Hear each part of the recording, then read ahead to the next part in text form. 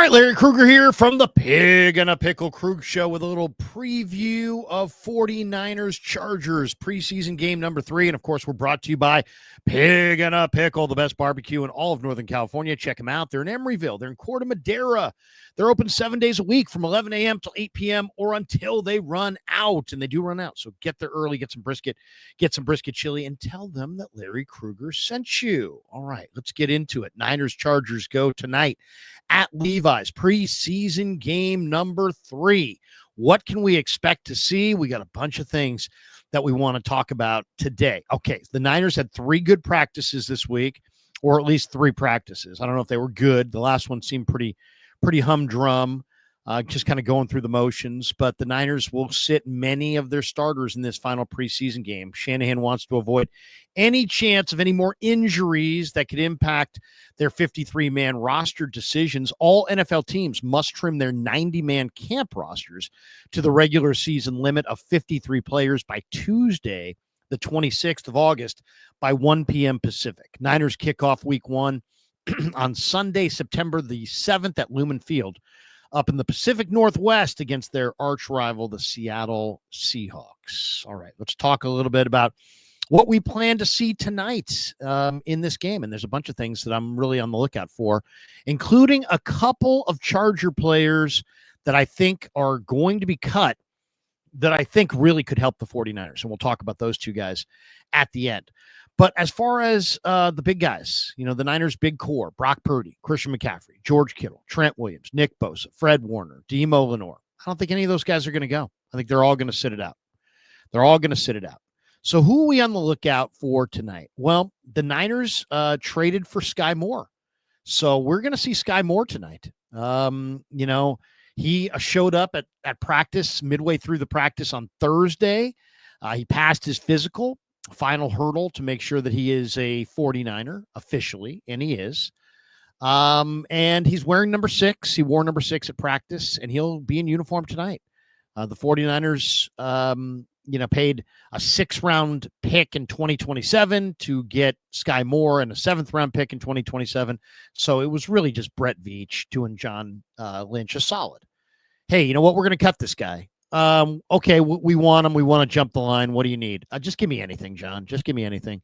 How about we'll move from the 7th. We'll give you our 6th, and we'll move back around and 2 drafts from. That's fine. That's great. Awesome, John. Let's file it. Let's do it. So Kansas City was going to cut Skyy Moore. So now Moore comes to the Niners. He's got pretty much a lock on the 53-man roster job because he can play a little wide receiver and he can return punts and kickoffs. He's a dual return man. He did not return a punt the last 2 seasons. He had a rough rookie year as a punt returner. In fact, he lost 3 fumbles in 2022. This is all part of Skyy Moore just not being strong enough, and they took him off that punt return duty. But he looked good in the AFC Championship game. He had a 29-yard punt return that set up the winning points against the Bengals in the AFC Championship game. He had an 88-yard punt return touchdown against Seattle, I believe, in the preseason just a week ago. So Skyy Moore comes in, and he'll be a guy to watch tonight. He is going to get that return job. Now, another guy to watch is Junior Bergen, the guy who, is not going to get the job. The Niners drafted him in the 7th round. He doesn't give you much as a return as a receiver, and then doesn't give you anything in the kickoff return game. He's more of a punt returner. So that's really it. In the first couple games, he had 2 punts for 28 yards. They were on that 1 return against the Broncos. He averaged 20.6 yards on 5 kickoff returns. And it's also kind of a statement about Jacob Cowing. The Skyy Moore edition is also like, hey, Cowing can't do it either. He's had a hamstring injury. He aggravated it this week after returning to practice.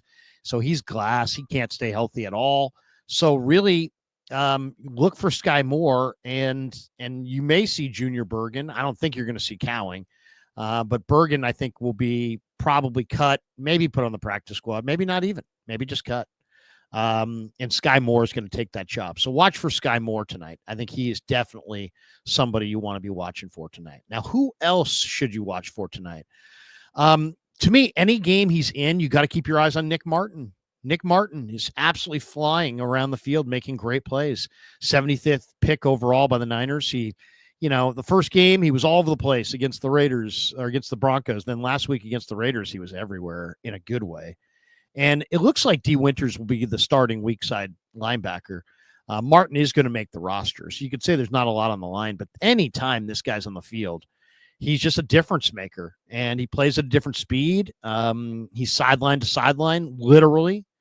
He makes plays sideline to sideline. He makes plays out of his area constantly. He's got the kind of speed that can rush the passer. I mean, he's just dynamic.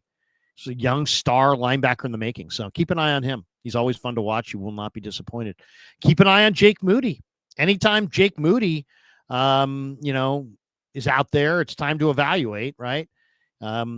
Somehow Jake Moody beat out Greg Joseph this summer, despite the fact that Joseph actually made a higher percentage of the kicks. So was it a real competition? Lynch said it was, but I don't know if it was because, maybe it was just like, hey, Greg Joseph is just here so that we get the most out of Jake Moody. And obviously mission accomplished, and they feel good about Jake Moody. Now, Jake Moody hooked a 26-yard field goal attempt that looked like it almost grazed the upright. And then, of course, at the 59-yard walk-off winner. But he also missed a 53-yarder, and that 26-yarder would have clanked from 30, and it would have missed easily from 35. 35-yard field goals in the NFL are called gimmies. Like, they're automatic, and they're not for Jake. So even though Jake appears to have everything locked up, he's got momentum, there's no other kicker, and it doesn't matter. It doesn't matter if there's a guy sitting there or not. If he misses 2 kicks, he goes into week 1 with all kinds of questions. So you always got to watch Jake. Is Jake going to get some momentum going towards locking up this job long term? Or is he going to give all Niner fans, including Kyle Shanahan, heart palpitations because he can't make the kicks that other guys make for fun? So he's a guy to watch. Another guy to watch is Sebastian Valdez. The big defensive tackle looked great early in the summer, looked great against Denver, got engulfed and controlled and neutralized against the Raider big offensive line. He probably has a roster spot locked up, but he's right there on the bubble. Do they go with 11? Because if they go with 11, he'll probably make it. If they go with 10, it might be him or somebody else. So, Valdez is, they got a lot of young talent here. CJ West, Alfred Collins, and Sebastian Valdez. And if they cut him, I guarantee you he's going to get picked up off waivers because he's shown enough. But he's also kind of on the bubble because this last game he was kind of quiet, didn't do much. So I think Sebastian Valdez needs a big play or two to kind of cement his roster status on the Niners active roster for 2025. He's right there on the bubble. A couple other guys at receiver that need big games. Robbie Chosen, Malik Knowles, Isaiah Hodgins. You guys are not just competing against each other or for, Niner roster spots. You're competing against all the other receivers in the league that get cut. So I think they're better than some of the guys. To me, Chosen and Hodgins probably going to make it, and Knowles probably won't. But they're all right there on the bubble. But if you start looking at other guys in other camps that get cut, by other teams, I think there's going to be better options than Chosen, Hodgins, and Knowles. Now, those guys don't have any rapport with Brock Purdy. They don't know the offense. So will the Niners go with the safer route and just stay with these kind of borderline NFL players like Chosen, Knowles, and Hodgins? Or will they go for a rookie that they maybe had a high grade on that went somewhere else in the draft or after the draft and they didn't get a chance at them, and now they might at the cut down? Something to look for sure. And we're going to give you a name at wide receiver here in just a second. It's a big night for the young DBs. Chase Lucas, Darrell Luter, Jacob Robinson. I think they're all battling for what could be one cornerback spot. With the injury to Upton Stout, the calf injury that hopefully is not an Achilles, Chase Lucas is his primary backup. So you'd think Lucas, based on that and his success so far in the preseason, would give him a roster spot. He will be a fan favorite for sure. But how do you cut Darrell Luter, who's a gigantic corner with long arms, who's got a ton of man-to-man coverage experience? How about coach up these guys? I mean, how many years in a row are the Niners going to cut good young corners because they can't coach them up? They couldn't coach up Sam Womack, and now he's in Indy starting. They couldn't coach up Deshaun Jameson. They went with Isaiah Oliver and regretted it. Are they going to make the same move 3 years in a row and go for kind of a special teamer? They're already going to put Saron Neal on there. That's one special teamer. You could put another special teamer on in front of Jacob Robinson or Darrell Luter, who are probably way, way better than Chase Lucas from scrimmage. Niner fans don't feel that way about Luter because he's had, some soft coverage. I don't know how they feel about Jacob Robinson, but he's been easily better than Chase Lucas in practice all summer long. So Robinson's a real corner. He lacks a little strength, but you know what? It didn't really show up. He had 11 career interceptions, and he runs 4.36, and he looked good at corner all summer. Lenore thinks he's got a lot of potential. That's enough for me, man. I'm taking Robinson over Lucas for sure. To me, it comes down to Lucas or Luter, and we'll see. They're both on the bubble. Another guy that, depending on who you talk to, is on the verge of being traded, cut, banished. Other people think he's a foundation piece and he's going to be here for years to come, and that's Jair Brown. Had a bad year last year, was much better with his rookie year for Wilkes. There's speculation the Niners will trade him maybe to the Jets and Wilkes. I don't think they're going to get a whole lot in return, 6th-round pick, 7th-round pick. But how many years are you going to do this? How many years are you going to draft a guy in the 3rd round and hawk him, 45 minutes later for nothing? I mean, that's how to devalue an asset. This was your first pick in the draft, and you're going to trade him for a late day 3 pick just a year or two after you draft him because he's not quite coming along because you can't coach him up, and you're going to send him somewhere else. This is a very productive player at Penn State. I'd be very careful about trading Jair Brown, but his status, his play tonight will be interesting to watch, and his status for the roster is definitely something interesting to watch. So there you go. That's what I'm looking for tonight. Now, there really are 2 other guys that I'm going to be looking at much more. And these are the Chargers happen to have one of the deeper rosters in the NFL. That's why they're one of the Super Bowl favorites. They have a couple positions that are pretty loaded. There's a very good chance they're going to cut Jerry Rice's son, Brendan Rice. We all know how the Niners are desperate for receivers. Brendan Rice is a pretty decent prospect. He's not a superstar. He's not Jerry. He's nothing close to Jerry. But you know what? I'd be looking at Brendan Rice. I'd be looking at Frank Gore's kid, Frank Gore Jr. from Buffalo. I think both those guys are headed to the waiver wire, and they would be great Niner backups, practice squad guys. I think there's potential for both those guys in the NFL. So Brendan Rice is a guy I'll be watching tonight for the Chargers. And the number 1 guy I'll be watching tonight for the Chargers is a corner from Florida who I loved in the draft. He's a jumbo corner named Trickwise Bridges. I may be butchering the first name, but it's spelled Trickweze, Trickwise, and it could be Trickwise, but is Trickwise or Trickwise Bridges? He played at Florida. He was in this draft. Chargers took him in the 7th round. According to the roster projections, they're going to cut him. He's looked really good this summer. This is the guy we're talking about. Well, Luter, and how about Robinson? And what about Chase Lucas? Screw all those guys. Go get this guy. Go get Trickwise Bridges. 6'3", 200-pound corner, ran 4.38 at the Florida Pro Day. Had 5 tackles against the Saints in the preseason. In the Rams game, he had 8 tackles, 7 solo, and a PBU.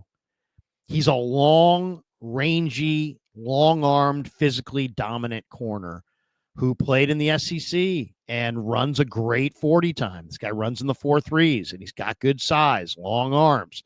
He's got the kind of smothering corner potential that you're looking for.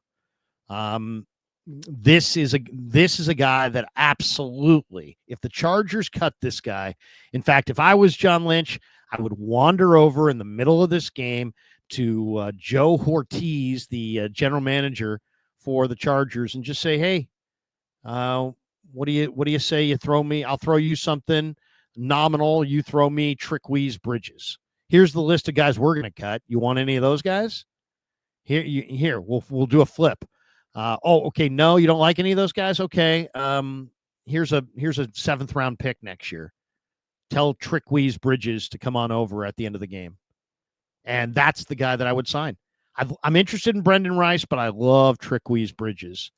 Once again, 4.38, great length, productive as hell in the preseason, gets his hands on a lot of footballs, pretty physical, can play safety, can play corner, very, very versatile, produced in the preseason. Last game out, 8 tackles, 7 solo, and a PBU. It's pretty good. Pretty good. Trickwise Bridges. Check him out tonight. All right, there you go. We'll be make sure you join us after the game for a little post game. We'll do a little post game breakdown of Niners Chargers and a look ahead to the cut down. We might even go through a 53-man roster cut down in the post game. So I'm not sure who will be joining us. Kev is vacationing with his buddies in Japan, so I'm not sure if Kev will join us. If he can, he can. If he can't, he can't. But maybe the rest of the crew will be there. It may just be me solo tonight from the press box, and JD will be there. So I'm thinking maybe JD will jump on with me later. So we'll see. Maybe I'll be solo. Maybe it'll be a cast of thousands. But either way, we definitely want to hear from you, and we'll be going on live. Catch me on KMBR on the pregame show and the postgame show, and that is on 107.7 The Bone and on 8:10 a.m. KSFO. So there you go. You can catch me in the pregame. You can catch me in the post game, and then when that's all done, I'll go back upstairs and I'll live stream tonight after the preseason game number 3. So there you go. A lot to look at tonight. Really have my eyes when the Niners are on defense on Sebastian Valdez. And I'm going to be looking at Jerry Rice's kid a little bit. I'm going to definitely be looking for Trickwise Bridges. Thanks to all you guys for supporting the Krug Show. Thanks to Pig and a Pickle for being the title sponsor of the Krug Show. Big thanks to Claw Daddy Arcades. They're a great follow on Instagram at Claw_Daddy_Arcades to find a location near you. And when you stop by, tell them that Larry Krueger sent you. Big thanks to Claw Daddy Arcades. They've got stores opening at arcades opening inside Capitola Mall and Visalia Mall later on this year. And also thanks to our good friends at Sharp Corners Sports Cards and Collectibles. They're at 205 Cypress Avenue in Pacific Grove, California on the Monterey Peninsula. Anthony Catania's at 831-521-5264 for all your sports cards and collectible needs. And he's a great follow on Instagram at Sharp Corners 831 on the gram. All right. Enjoy the game. We'll talk to you afterwards. Thanks to Pig and a Pickle for sponsoring the Krug Show. And thanks to all of you guys for supporting the Krug Show on YouTube.